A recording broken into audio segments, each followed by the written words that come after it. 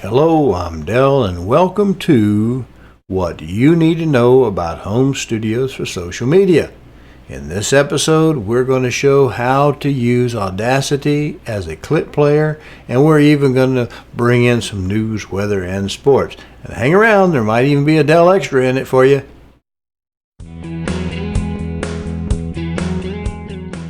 Now we can use Odyssey to do our audio sound bites when we play within our stream.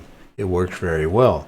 Now we already showed you how to do part of this when we did the piping of the basic companion softwares into OBS, but now we're going to redo that just for repetition.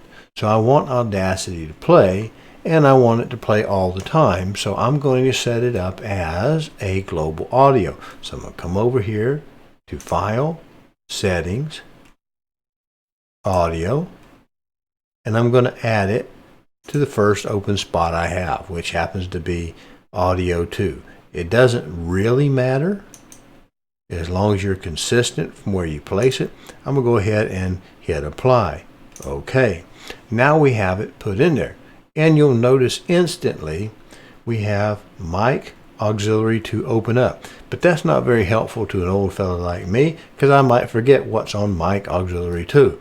So I'm going to come in here and rename this, and because I have such an imagination, I'm going to go ahead and set this up as Audacity Cable A.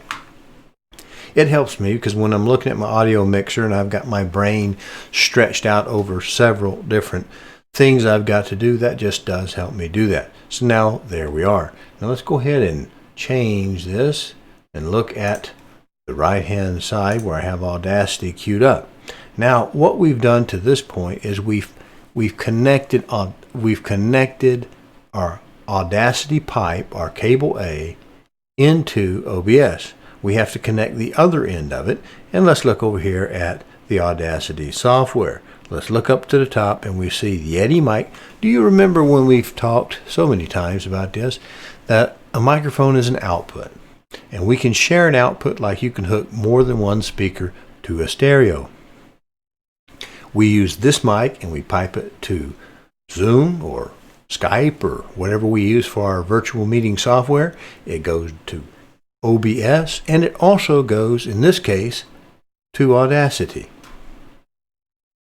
Likewise, we have to see that what's coming out of Audacity goes into our Audacity pipe, our cable A. Right now it's set for speakers. Speakers rear, high definition audio. Pull her down, find Audacity, connect it up. Now we have connected Audacity to the pipe to OBS. We should be good to go. But now what do we want to do with this thing? Well, we need to organize it logically so that we can hit it during a show without too much trouble. And that requires us to get all of our sound bites set up ahead of time. And that's what we've done here. We've gotten some set up. Now I have Take Me There, that's my intro music. Breaking Sports, that's a little dummied up sports section, a traffic section. And I have another one here called Weather. Imagine what's going to be in that one. Something to do with weather. It's just a demo clip. We're going to drag it and bring it in. And oh my gosh, you see how much bigger that is, that waveform is. Well, in this case, I really don't need to know how it's balanced left or right, or plus or minus, or the number of bits, or any of that stuff, or what the peak is. I can see the waveform is fairly complete. So I'm going to shrink this up, drag it up, but I'm going to stop when it gets to mute, because I need to be able to mute each of my tracks.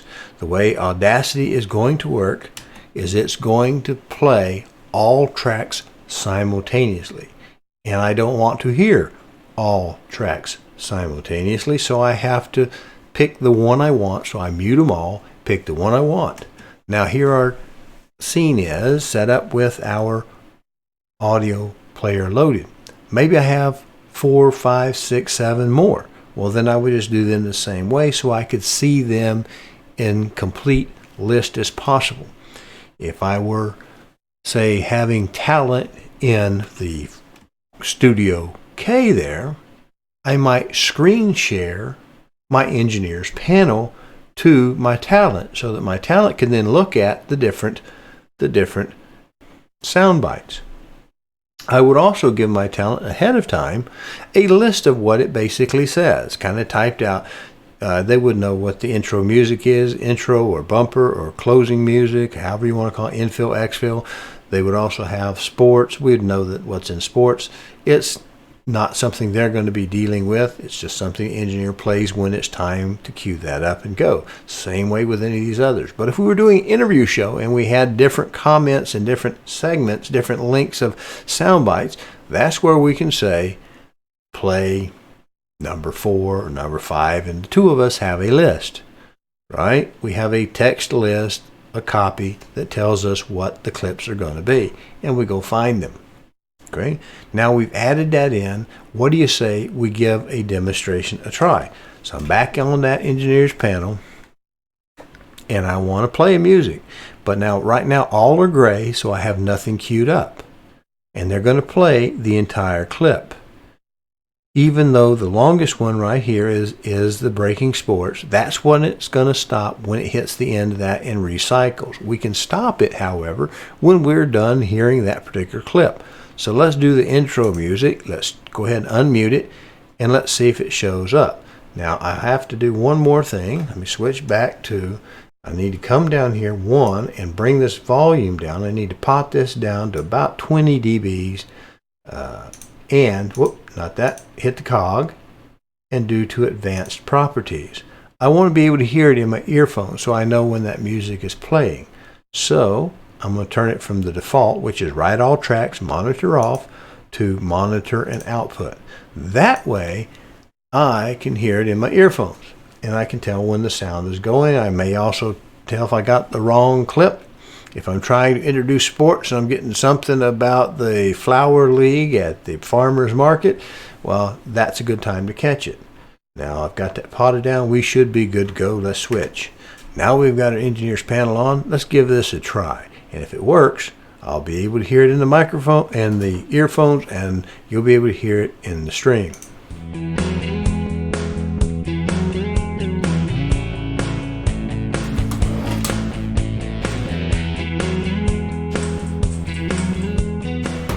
There we go.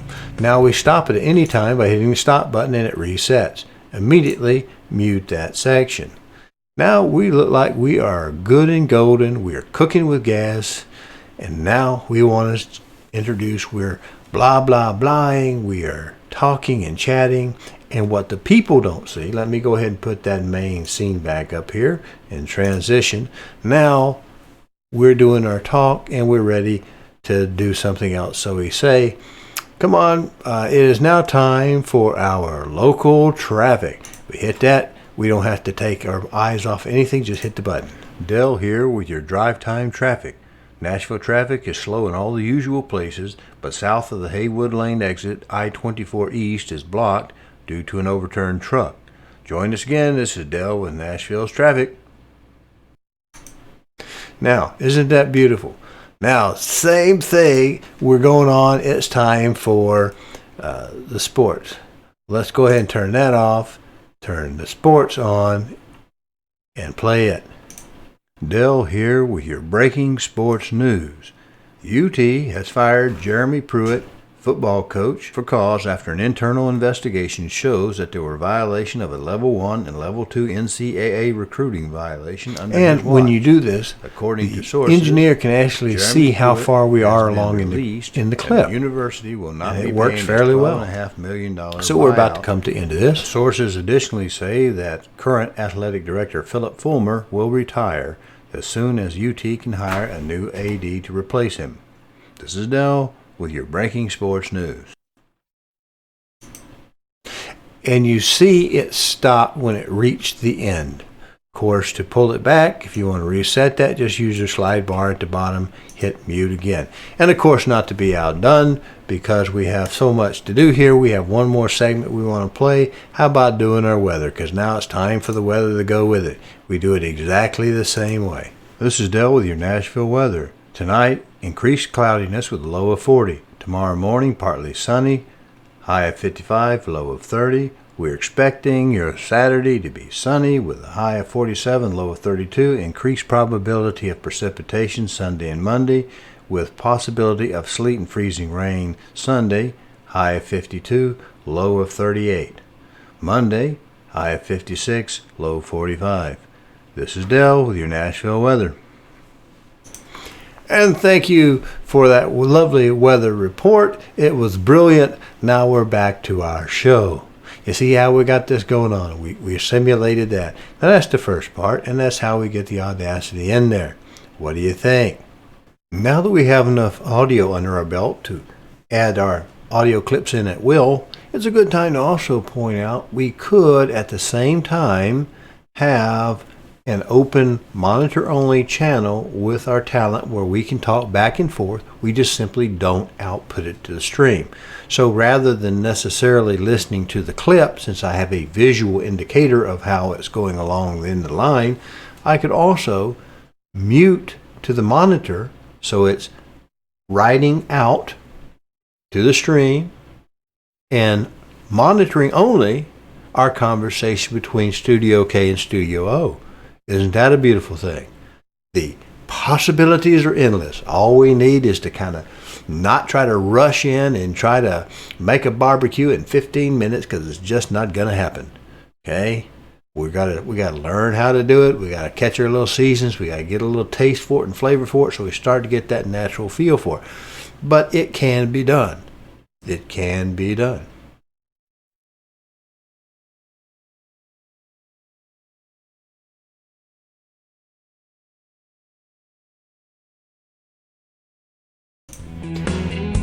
How about that, friends? I know how much you want me to take a video and always hit that 20-minute mark, but I think we'll cut loose a little bit early today, but I do want to show you this Dell Extra.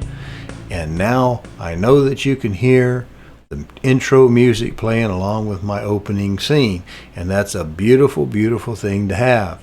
So the question is, how do I do that with a one-click switch? Well, I just started with, of course, the pre-stream video. You see that little text going across? It's just a scene so that you can hear automatically cue itself in. Well, how would that be possible? Well, let's look down here. Now, what we have is in our main scene, we have this thing called another nested scene called Infill. Again, temporary infill because I'm just that imaginative, right? So we come up to temporary infill in the sub-nesting section, click it open, and it's just music. If I come over to music's properties, it should bring up a file. It's just an audio file, nothing more than that. It's just nested in this scene over here, and that scene is nested in main scene, which means if I switch back to the main scene, you're going to hear our music again. But there's something I can show you. You see it down here at the bottom? After I play it one time, I can turn that off, and now I'm not bothered by that music again. Isn't that a beautiful thing? Just one less thing you have to worry about when you're trying to get your stream going.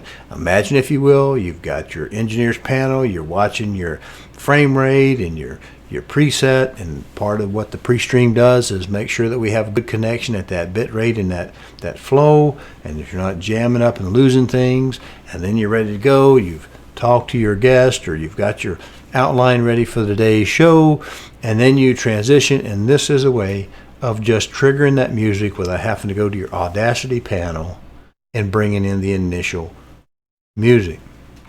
So what do you think about that? We appreciate you watching. As always, please subscribe to RLDL149 on the YouTube. And if you want advanced copies of all these shows, you can find me on Rumble. And I do believe you need the Rumble player if I understand Rumble right. It's new to me, but I am at Del Hollow Productions. That's my username. Find me there. Appreciate you. Have a blessed rest of the day.